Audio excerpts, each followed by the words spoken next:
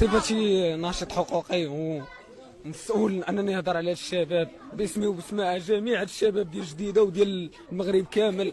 كنقول لكم انا كل من سولت لي نفسه انه يشاور في الشؤون ديالنا ومطالب ديالنا، حنا ما كنطالبوش، حنا كنامروا غيتنفذوا الحقوق ديالنا، ولا غتكون شي حاجه ما كثار من هذا الشيء.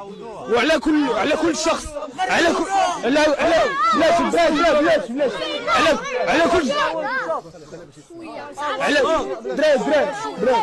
على كل شخص في الصفوف ديالنا، اي شخص غطرى لي شي حاجه ولا غيدير 10 ناس من الصفوف ديالكم غطرى لهم شي حاجه ما كايناش، ومن هنا عندكم مهله شهر الا ما سمعتوش المطالب ديالنا غنبداو بالاغتيالات وغنبداو بشي حاجه ما كايناش. تحرير التعبير ما تهضروش على والدينا.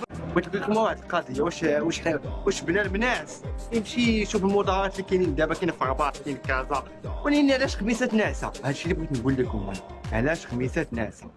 كاش من حكومه ولا سبي حنا راه باقي مبتدئين في هادشي تاع المظاهرات.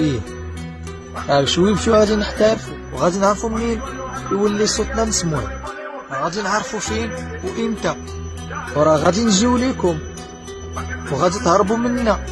ولكن والدادوسه كانت ب 500 ولا ب 520، نحن ما عندناش زدت لهم الفانيت. هادشي ما بغيناش. شرافل جرين بويز الايجلز والوينرز الشغاء الترا، وحده من هاد ثلاثه الالترات المغرب غيتهز وغيتحط. الترا فرجوا بينوا شو اللي كتقول والمخزن قمعنا. كاس افريقيا المخزن كيقمع فينا في وسط بلادنا، فينا نمشيو نهاجروا، كيدويو على حقنا كيمنعونا. نظموا راسكم عاد اجيو نظموا كاس افريقيا قبل ما تنظموا راسكم. نعطيك الراي ديالي، تنقول لك اليوم باش نعالج معضله اجتماعيه معينه اشنو خص يدار.